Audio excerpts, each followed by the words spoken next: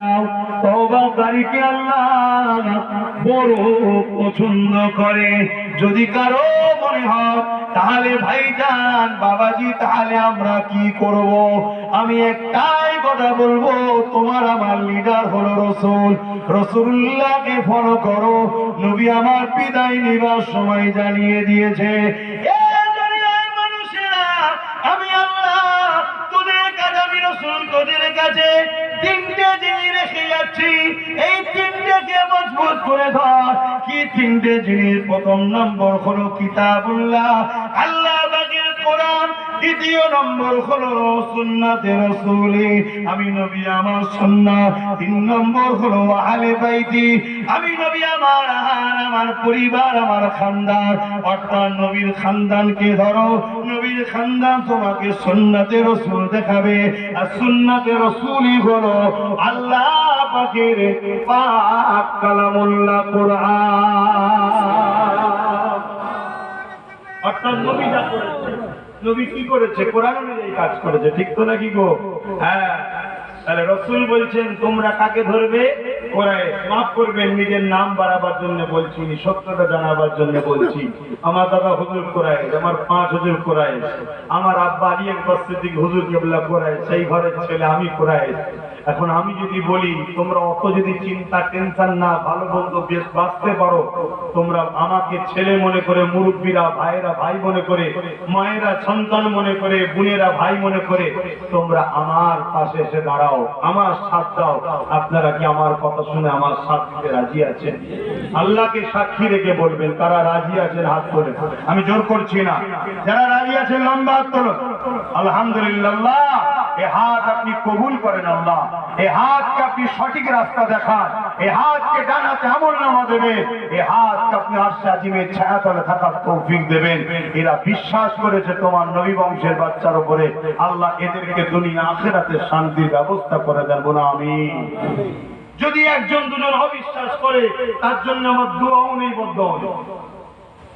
কত ভুল বললাম? হতে পারে অনেকে ভয়ে তো হাত তুলছে না, ঠিক না? আব্বাস সিদ্দিকীর সাথ দিলে তো ভয় আছে, কেন কেউ দেখে ফেললে আবার যদি গিয়ে বলে দেয়, অমনি থেকে বলবে ও টোটো চালাও না এই রাস্তায়, কাল থেকে আর চালাবে না, লাও ঠেলা সামলাও। এবারে কি এরকম মস্তান আছে না? না, হ্যাঁ। অথচ মস্তানও একদিন যাবে খবরে, কি সেদিন টোটো বন্ধ করার সাইল হবে, চিন্তা করছো কেন? আর তোমার যদি বন্ধ হয়, তুমি মনে রেখে দিও এর পিছনেও তোমার আল্লাহ তোমাকে পরীক্ষা নিচ্ছে, তুই কতটা আল্লাহর প্রেমে সত্যের পক্ষে দাঁড়াতে পারি। জোরে বলুন সুবহানাল্লাহ। তোমাকে আমাকে তো ওই পরীক্ষা লাইনে, যে পরীক্ষাকে প্যালেস্টাইনবাসীকে দিচ্ছে, কি পরীক্ষা বলে! এক বাপের 4টে ছেলে, 4টি শহীদ হয়ে গেছে, বাপের মুখে হাসি কমে নেই, হেসেই ঘুরে বেড়াচ্ছে। জোরে বলুন সুবহানাল্লাহ।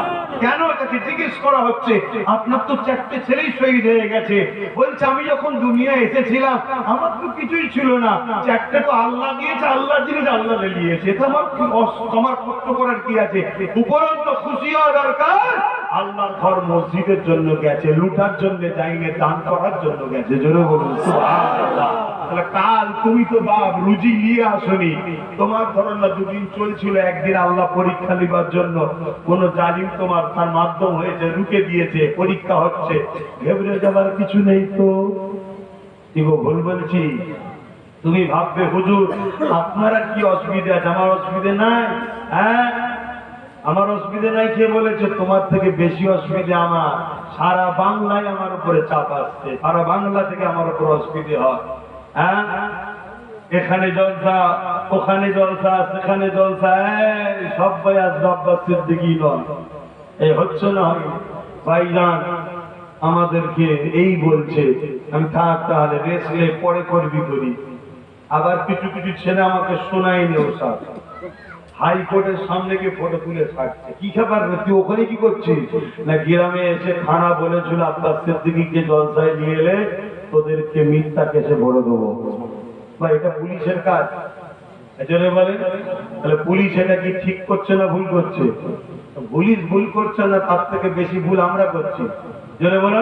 হ্যাঁ, এখানে পুলিশের ভুলের আগে আমাদের ভুল দেখতে হবে। বলে কেন? পুলিশের কি ইন্টারেস্ট আছে? পুলিশের কি ইন্টারেস্ট আছে? সে পুলিশকে কেউ উপর থেকে বলেছে, তাকে কে বসিয়েছে? দোষ কাজে। হ্যাঁ, নিজেকে চিনতেছে গো। কথাই আছে না, বাঁশ কেন ঝাড়ে আর বাকিটা বললাম না। প্রবাদ বাক্য আছে না, আমি বাকিটা বলবো না। আমাদের ক্ষতি তো আমরাই করছি। হ্যাঁ, না হয় যারা সোজা হয়ে দাঁড়াতে পারে না, যারা আমাদের দ্রুত ঘুরিয়ে দিবার ক্ষমতা নাই, উপযুক্ত নয়, তারা আমাদের দিকে চোখ তুলে কথা বলে কি করে? এই জমিনে পানি যদি হয় আজও আল্লাহর পাগলদের জন্য হয়। এই জমিন যদি আজও খেতে পাচ্ছে, ফসল পাচ্ছে, আল্লাহ ওয়ালাদের জন্য হচ্ছে, তো বাপ তাদের সামনে দাঁড়িয়ে কথা বলে কি করে? মাথায় ঢুকছে, কিন্তু ও চলে গেছে হাইকোর্টে, সেখান থেকে পারমিশন বার করে নিয়েও জলসা করে কথা মাথায় ঢুকছে না, ঢুকে নেই। তবে মনে রেখে দেবে, তোমার উপরে যদি কেউ আঘাত হানতে আগিয়ে আসে, তুমি যদি পালিয়ে বেড়াও, বিপদ থেকে কখনো পালিয়ে সমাধান হয় না, বিপদের মোকাবেলায় রুখে দাঁড়ালেই বিপদ পালাতে বাধ্য হয়। জোরে বলুন সুবহানাল্লাহ। এটা ইতিহাস, এটা ইতিহাস। তুমি যতদিন পালাবে, বিপদ তোমার পিছু পিছু যাবে, বিপদ থেকে তুমি পালাতে পারবে না। কিন্তু কষ্ট হলো রুখে দাও, দেখবে বিপদ কি হয়েছে, পালিয়ে গেছে। ইতিহাস এটাই তো বলছে নাকি? হ্যাঁ, এটাই বলছে। তো ভাইয়ের আমার, আমি যে কথা বলছিলাম, কবর আমাদের জন্য শুনতে বড় ছোট জায়গা, বড় কঠিন জায়গা, কিন্তু এটা প্রথম ঘাঁটি। এখানে যদি আমরা ফেল করি তো প্রত্যেক জায়গায় ধরা পড়ে যেতে হবে। ইমাম বুখারী, ইমাম মুসলিম বলে, কবরে যখন মানুষকে দেওয়া হবে, একটা প্রশ্ন করা হবে, কিন্তু আমরা সবাই জানি তিনটে প্রশ্ন করা হবে। এই জন্য অবশ্যই তিনটে প্রশ্নটাও ঠিক, কেননা বাকি হাদিসের মধ্যে রয়েছে তিনটে প্রশ্ন হবে, এটাও ঠিক, কিন্তু একটু পার্থক্য রয়েছে, ওই বুঝাবার সময় আর নাই। প্রথম প্রশ্ন কি হবে? মান রব্বুকা, তোমার রবকে? বান্দা উত্তর দেবে রব্বি আল্লাহ।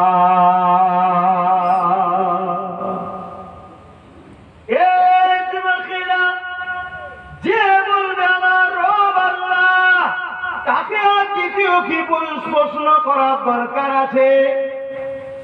আল্লাহর ফেরেশতারা বলবে আবার প্রশ্ন কেন? আল্লাহ বলবে না রে ফেরেশতা, প্রশ্ন কর। কেন আমাকে রব বলে অনেকেই মানে, কিন্তু ওর দিনটা কি জিজ্ঞাসা কর। মা দিনুকা, তোমার দিন কি? দ্বীনি ইসলাম। সঠিক উত্তর আল্লাহর কি প্রশ্ন করতে হবে? আমার আল্লাহ পাক বলবে না, আবার প্রশ্ন কর। কেননা ইসলামের মধ্যে তো সবাই আমার নবীর নেতৃত্ব মেনে তো সবাই নবীর নেতৃত্ব। এই জোরে বলে,